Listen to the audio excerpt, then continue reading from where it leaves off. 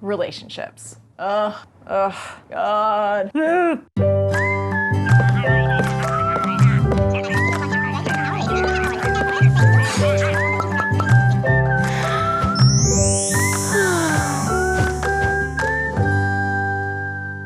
Actually, I really like being in a relationship, especially when it's a secure relationship where it's mutual and you're getting lots of support, but it hasn't always been like this. I struggled a lot to get into a relationship that was secure for me, and if you ask my friends, they would say, yep, Sephora was in it for a long time. But the thing that totally changed my experience of being in a relationship was understanding my attachment style. You know, I read a lot about attachment styles in the beginning, and I knew that I had an anxious attachment style, but it didn't really help me that much.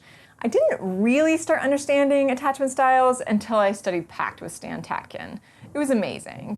I finally saw the things that I was doing in the anxious attachment style, which in PACT we call waves. I like using the word wave for anxious attachment styles for a lot of reasons. In part because it depathologizes the idea of having an anxious attachment style. The other reason is because, you know, both attachment styles in avoidant and anxious and actually even disorganized are all really anxious. So it's kind of confusing. I mean, the avoidant attachment style can be really anxious. So I like the word wave. Also, another thing to just debunk is just because you have an anxious attachment style doesn't mean that you're a super anxious person. It has a lot to do with what happens for you in a relationship, and especially the anxiety and anxious experience that you can sometimes have in a relationship, which is different than just being, I don't know, kind of anxious crazy. So I want to talk specifically today about the wave style or anxious attachment style and some of the behavior that might be happening if you have this attachment style. So waves. If you're a wave, you might be doing this. She hasn't called me yet. She totally logged on to Facebook, but she didn't write back yet. I wish Steve would write back. It only takes like 30 seconds to text somebody. Maybe I should write him again. Should I call? Maybe I'll just write one more thing. Oh, he just wrote Sarah on Facebook and he logged into Messenger like 10 minutes ago. He must be on his phone. I don't want to be needy though. Ah, why isn't he writing back? So frustrating. Maybe I'll just call him. Hey, this is Sephora, just leaving you a message. Yeah, I just wanted to see what you're up to. Give me a call. Okay, bye. I should just write Sam. He still hasn't called me back. Ugh. Waves tend to find themselves attracted to people who don't show up for them.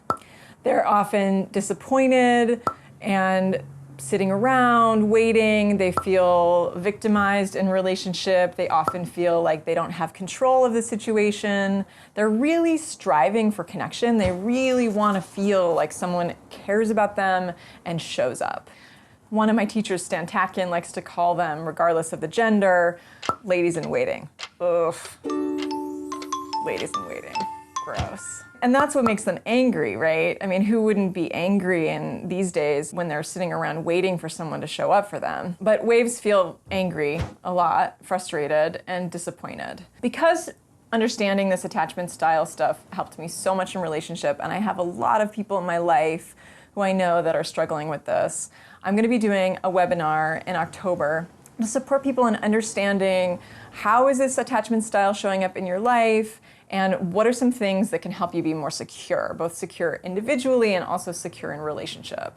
If you want to have more information, the link will be below. My name is Sephora Janelle Ray. I'm a licensed marriage family therapist. I help individuals and couples have secure relationships so that they can feel supported and happy.